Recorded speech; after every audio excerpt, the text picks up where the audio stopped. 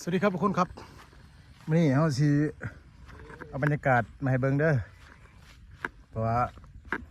มีบรรยากาศย่ามไก่จะเห็นหน้าแล้วพี่น้องเอ๋ยเบิ่งเขาเจ้าไฮหรือไดเตรียมสิตกกาหรือไดดูนะเริ่มไทยกันแล้วโอ้บรรยากาศเป็นตางอมขนาดเว้ย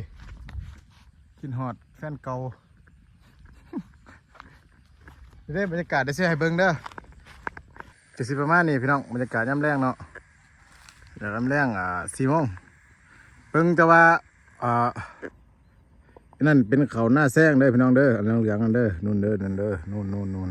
จะเป็นหน้าแซงเด้อแต่ว่าพันธุ์เกี่ยวแต่ว่าอันนี้มันไทยแล้ว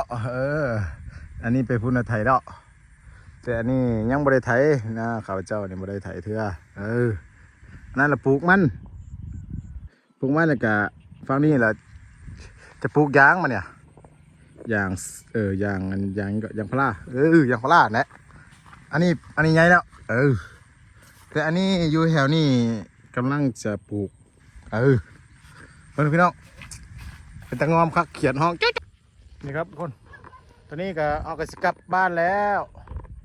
บรรยากาศก็สิประมาณนี้เนาะอุดมสมบูรณ์ในบ้านเฮา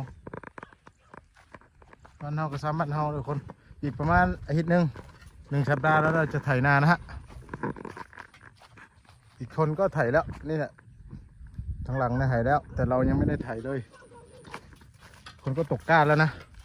วันนี้หน้าดำมากเลยเพราะว่าอัดคันแพสู้ตัดไปไม่ต้องว่าสำหรับที่นี่มีอย่างไรเอาบรรยากาศหาเบิ้งซื่อๆประมาณนี้แหละบ้านเฮาก็ซ้ำบ้านเฮา